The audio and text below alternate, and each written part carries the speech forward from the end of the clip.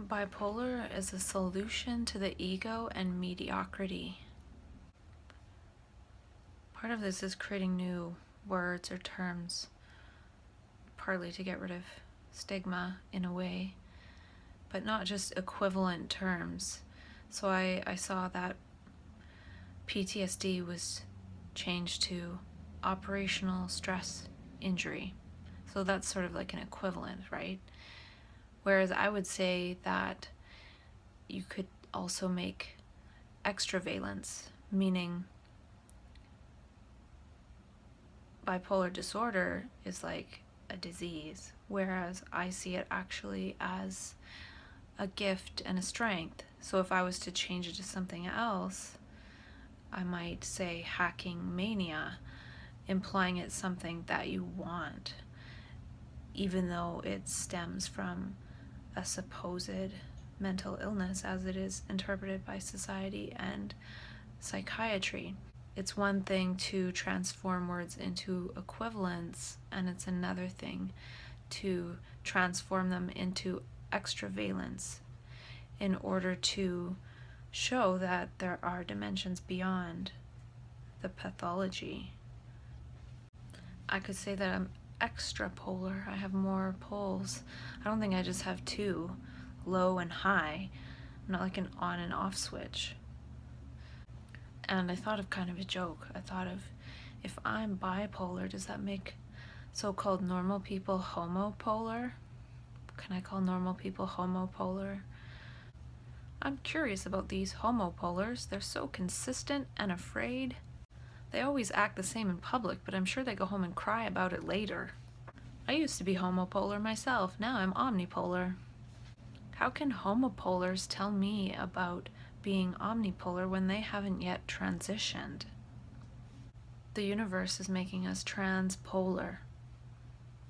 Just as people can have a sex change, people can also have a change in consciousness. The ego can be surgically removed by the universe. This is part of the evolution of consciousness. We're getting into connection with the inner human dimensions we used to have when we were children. The celebration body, the silly body, the laughter body, the insight body, the learning body. And then we arise as those inner human dimensions, which is multi-dimensional, not this unidimensional ego, thought, image, sound, structure. Altered states of consciousness are multidimensional, where the ego consciousness is unimentational. It's thinking all the time along the same lines, thinking about itself, and that is in itself an illusion because there's no self to think about. There is thought thinking about itself. And I remember reading in the book The Politics of Experience by R.D. Laing that psychosis is necessary. That's why it happens. And I wonder, what would make psychosis not necessary? What would make it so we don't need psychiatry because nobody goes into psychosis? And I think it has something to do with the fact that reality sucks. And we have to create it to not suck by being our embodied manic selves. I'm omnipolar, and it took a while to learn how to steer. Normal people, their consciousness is like an Atari game. It's like just like a joystick, like yeah, yes, no, maybe so, right, wrong, good, bad, up, down, left, right. And there's a lot more gears and controls when we get in touch with manic consciousness. If there was a constitution for people with bipolar disposition, I'm sure one of the amendments would be the right to bear buns. I also realized I was talking before, probably several times, about allostatic load, which I learned about from Dr. Daniel Siegel, and how certain stressors add up and it can accumulate as what's called allostatic load, which is just basically an accumulation of stress. And it's different for different people, and certain people are more, resilient than others. But I came to a realization the other day that certain people are actually allostatic load for me. Like, just being around them kind of feels like, ugh. And I'm sure I'm that way for some people as well. So it's interesting. It's like certain people resonate with certain people, and certain people actually increase one's allostatic load, and then certain people actually decrease it. I was actually just thinking now that a psychiatrist who gives someone a diagnosis just basically throws on a huge allostatic load of the collective of what that means and the implications of that. So that is not good, and that could be one of the things about the diagnosis is, and that's why I don't agree necessarily with it, because it increases one's allostatic load when it's already in a compromised place. So to be in that distressed place and then have that put on, it's so close to game over for so many people at that point, and for some people it is. So really, emotional CPR and things like that would be so helpful to not be pathologized. And maybe at some point it would be good to be pathologized, but not right away. It seems like bipolar disposition goes from a state of allostatic lightness, having a way less stress than a normal ego consciousness would, and then to allostatic load, where everything feels dark and heavy. And I feel part of that is the collective. And somebody told me a quote, and it was a Carl Jung quote, and it was paraphrased. He didn't know it word for word, but he said that Carl Jung said that loneliness isn't the lack of people around you. It is lack of opportunity to say things that are meaningful to you. And I wrote that down because that's what I'm doing on these videos, is I'm speaking about things that are meaningful to me and just to myself in self-dialogue.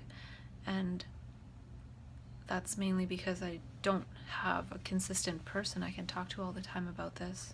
I am not in the financial position at this moment to pay someone to talk to me. And even if I did, it would be a very slow process over weeks and weeks, like an hour a week maybe for like weeks and weeks and weeks, whereas I can talk to myself anytime I want. So I guess I'm just saying that saying meaningful things doesn't necessarily mean I have to talk to somebody. I can just talk to myself, and maybe that's better than nothing. I also thought about how thought is usually recognizing the past, and that's lack of euphoric sensation, because we're not really thinking, oh, that's the past, be quiet. We let it go on, we let it affect us, we let it affect our physiology.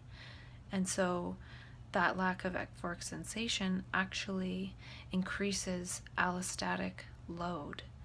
We're overloading ourselves with information from the past, and it makes it more difficult to deal with information in the present moment. And Krishnamurti talks about in one of his videos about how it's not about how to stop thought, he said. It's about how to not record. And so I thought of how recording is allostatic load. If we're recording stuff, it's going to be heavy in our system, whereas if we don't, it just passes through us. He does talk about how in order to not record, one has to be very alert and aware and attentive to the moment. I wrote down a while ago that another term for psychosis could be curious subconscious discovery time. I feel like I'm attempting to recreate my life energy as relational, not egocentric. So it's world-centric development or orientation of consciousness. And that relates to the relational mind, that relates to oxytocin and bonding. Personal development implies isolation in a way. A flower doesn't think, I'm going to personally develop. It still develops into something, but it requires to be related to bees and air and sunlight and dirt and soil microorganisms. For it to say, I'm going to personally develop is kind of silly. I mentioned in other videos the word habilitation, and I came across the word habilitation with an H, and it actually means assisting a child with achieving developmental skills when impairments have caused delaying or blocking of initial acquisition of skills. And I feel like MAP consciousness is coming in to help a person develop skills, certain behavior patterns, certain ways of being that are actually what is there when the ego is scrambled. So this energy, this manic consciousness, is habilitation. Yet psychiatry comes in and blocks that. So it actually blocks the habilitation. It's blocking the transformation. It's blocking the trans consciousness. And a person in trans consciousness can eventually integrate both the other consciousness and the ego consciousness within that consciousness, not mistaking itself for the ego consciousness and not mistaking that dimension as what is driving life.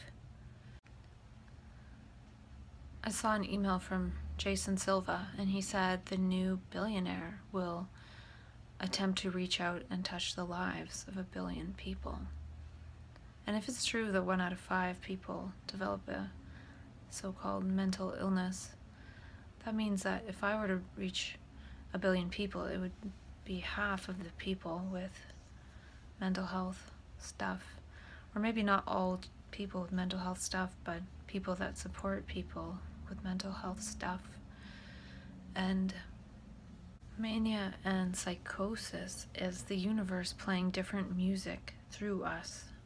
We hear different music, we hear different sound, and we behave in different ways.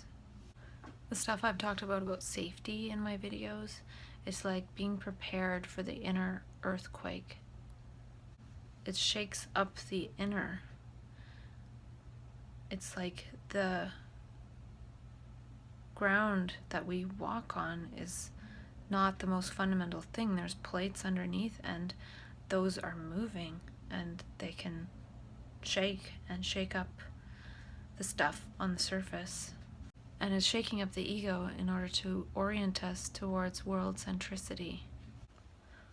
Normality is the misuse of the mind, body, heart as it unfolds in time.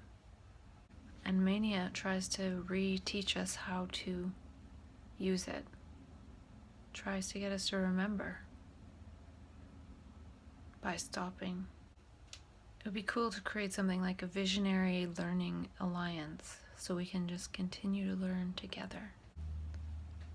I'm interested in what's possible, not solving problems. This is a learning conversation with myself. I have another word, transformation. Mental health system goes to mental hell system.